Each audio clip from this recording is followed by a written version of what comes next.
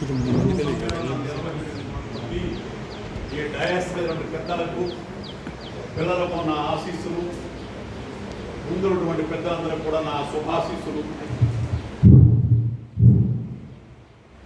వేదికపై ఆశీర్వదించిన వారికి, విచ్చేసిన మన హిందూ గౌరవ అతిథులందరికీ కూడా కేతక పుష్పాల ముగులి పుత్తులు గుబాళింపులతో స్వాగతాంజలి.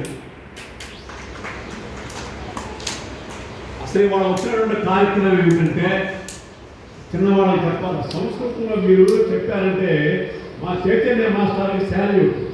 ఆయన నాకంటే చిన్న అయినప్పుడు కూడా శాల్యూట్. మీరు ప్రతి అక్షరం చాలా స్పష్టంగా మాట్లాడుతున్నారు, ఇంకా ముందు కూడా మాట్లాడతారు. దాని తెలుగులో అర్థం తెలుసుకోండి, ఆ విధంగా మీరు అర్థం చేసుకోండి.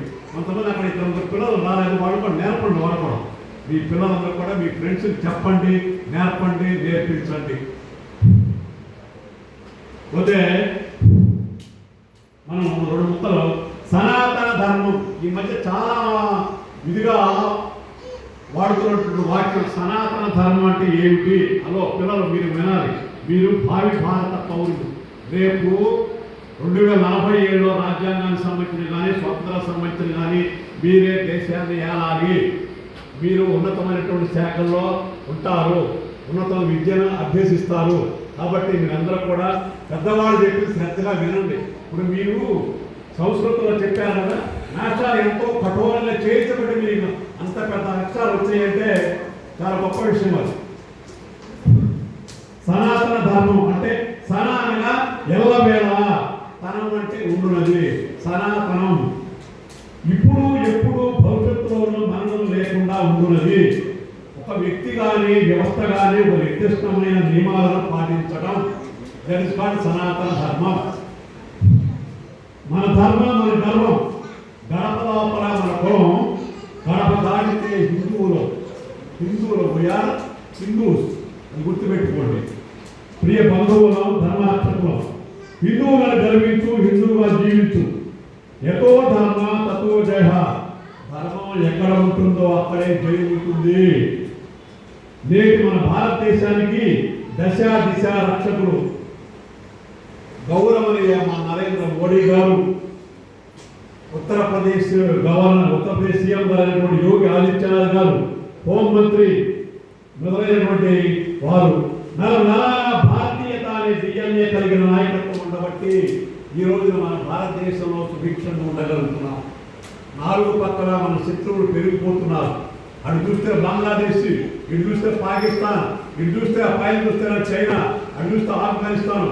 మీరు ఒకసారి ఆలోచించిన మ్యాప్ చుట్టూరు ముస్లింసే.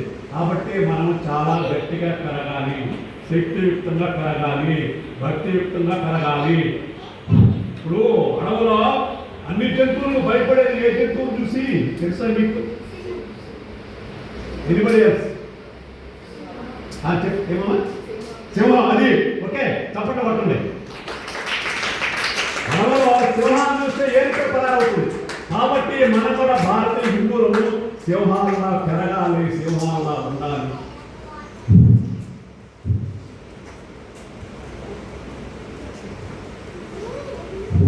హిందూ సమాజం క్షేమం.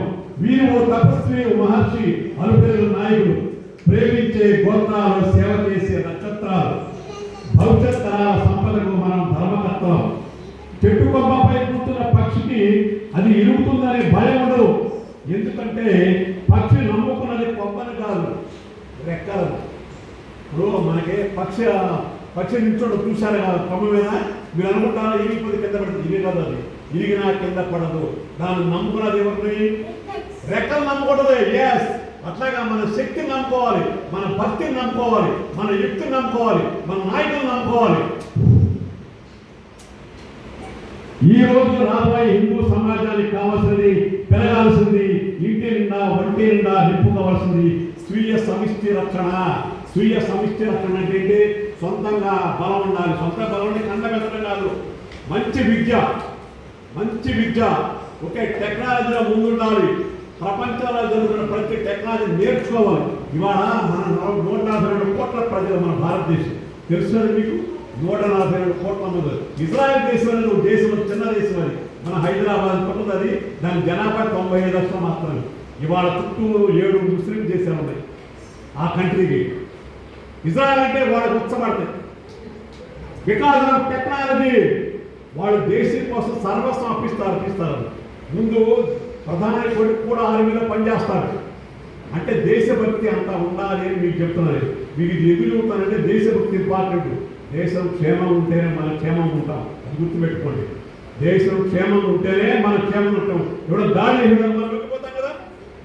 ఇప్పుడు సిరియా దేశం ఉంది, ఆఫ్ఘనిస్తాన్ ఉంది. వాళ్ళ అధికారులు ఉన్నారు 2 years బ్యాక్. వేరే టెర్రరిస్టులు వచ్చారు, ఆక్యుపై చేశారు, వాళ్ళు పరారైపోయారు. అధికారులు అంతా వెళ్ళిపోయారు. అందుకని 15 ఏళ్ళు బలం పెరిగిపోయింది. అందుకని మనం ఎప్పుడు కూడా ముందు గుర్తుపెట్టుకోండి, బలవంతంగా పెరగాలి. మన బలవంతంగా పెరగాలంటే విద్యని బాగా చదువుకోవాలి, ఇంపార్టెంట్. ఏదో సెల్ ఫోన్ టీవీలు చూస్తున్నారు ముందు. దీనికి బాగా పదులు పెట్టండి. ఓకే, ప్రపంచం మీరేం చూస్తుంది. ఇవాళ ఆంధ్రప్రదేశ్లో అదేది క్వాంటమ్ కంప్యూటర్స్ అని తీసుకొస్తున్నారు. అది భారతదేశంలో ఫస్ట్ అక్కడే అమరావతిలో పెడుతున్నారు. అట్లా లేటెస్ట్ టెక్నాలజీని ఆలోచించండి. మీరు ముందు డెవలప్ చేయండి, చేసుకోండి. భారతదేశానికి మీ అమూల్య సేవలు అందించండి.